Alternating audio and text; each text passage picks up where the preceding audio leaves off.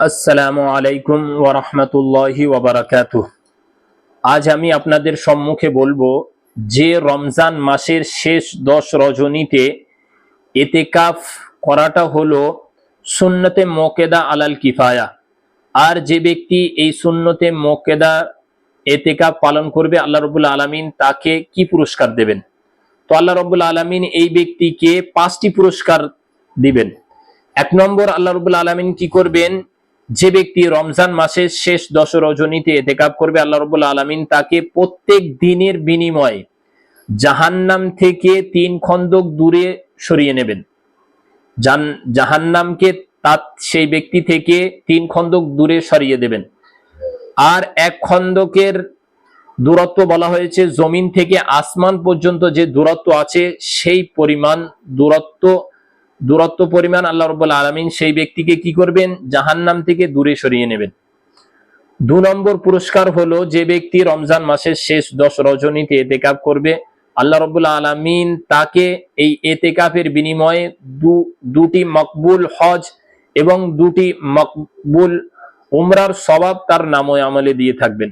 যেহেতু আমরা সকলেই জানি যে একটা হজ করতে গেলে 4-5 লাখ টাকার প্রয়োজন হয়, তাতে অনেক মেহনত করতে হয়, অনেক আমল আমাদের থেকে ছুটে যায়। সে হজ উমরা আমাদের আল্লাহ রাব্বুল আলামিনের কাছে কবুল হয় কিনা সেটাও আমাদের জানা থাকে না।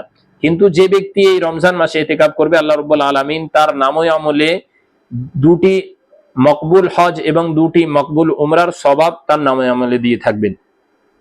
3 নম্বর পুরস্কার হলো, আল্লাহ রাব্বুল আলামিন সেই ব্যক্তিকে শবে কদর তার নসিব করেন।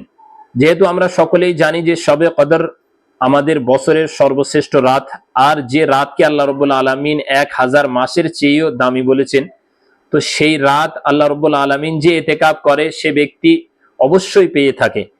তো এই কারণে শবে কদর পেতে গেলে আমাদের ইতিকাফ করা দরকার।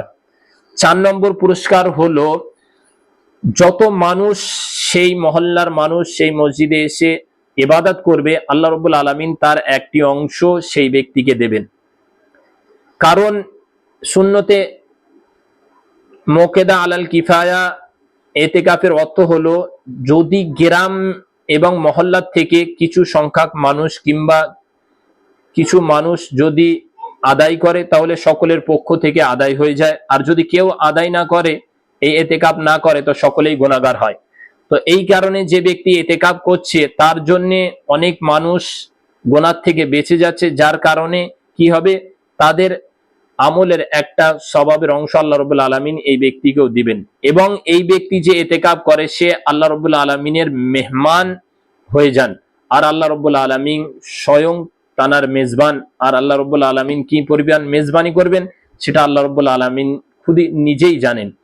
এবং 5 নম্বর পুরস্কার হলো, সেই ব্যক্তিকে আল্লাহ রাব্বুল আলামিন জাহান্নাম থেকে বাড়ি করে দেন, ইয়ানি জাহান্নাম থেকে মুক্তি করে দেন। আমরা সকলেই জানি যে রমজান মাসের যে শেষ রজনীটা হলো মুক্তির রজনী। তো আল্লাহ রাব্বুল আলামিন সেই ব্যক্তিকে কি করেন? তাকে জাহান্নাম থেকে বাড়ি করে দেন, মুক্তি করে দেন। যেহেতু আমরা সকলেই জানি যে আল্লাহর নবীর একটা হাদিস আছে, আল্লাহর নবী বলেছেন যে তোমাদের কাছে যারা কাজ করে মজদুর, তাদের মজদুরি, তাদের বিনিময়, তাদের কাজ শেষ হওয়ার আগে দিয়ে দাও। তো এইরকম আল্লাহ রাব্বুল আলামিন যে আল্লাহর কাছে গোলামি করবে, যে আল্লাহর কাছে আল্লাহর দরবারে এসে পড়ে থাকবে, তো আল্লাহ রাব্বুল আলামিন তার মজদুরি স্বরূপ তাকে কি করবেন? জাহান্নাম থেকে বাড়ি করে দেবেন। তো এই কারণে আমাদের যাদের কাছে সুযোগ আছে, আর এটা হলো রমজান মাসের একটা গুরুত্বপূর্ণ আমল। আল্লাহ নবী সাল্লাল্লাহু আলাইহি ওয়াসাল্লাম নিজের জিন্দেগিতে এই আমল কখনোই ছাড়েননি। আল্লাহ নবী সাল্লাল্লাহু আলাইহি সাল্লাম প্রত্যেক রমজানে তিনি ইতিকাফ করেছিলেন, আর নিজের হায়াতের শেষ রমজানে আল্লাহ নবী সাল্লাল্লাহু আলাইহি ওয়াসাল্লাম 20 দিনের 20 দিনের ইতিকাফ করেছিলেন। তো এই কারণে আমাদেরও উচিত যে রমজান মাস আমরা যারা পেয়েছি, আমরা সকলেই যেন রমজান মাসের শেষ 10 রজনীতে ইতিকাফ করে থাকি। তাহলে আল্লাহ রাব্বুল আলামিন আমাদেরকেও এই 5 ধরনের পুরস্কার আর ইনামাত দিয়ে আমাদেরকে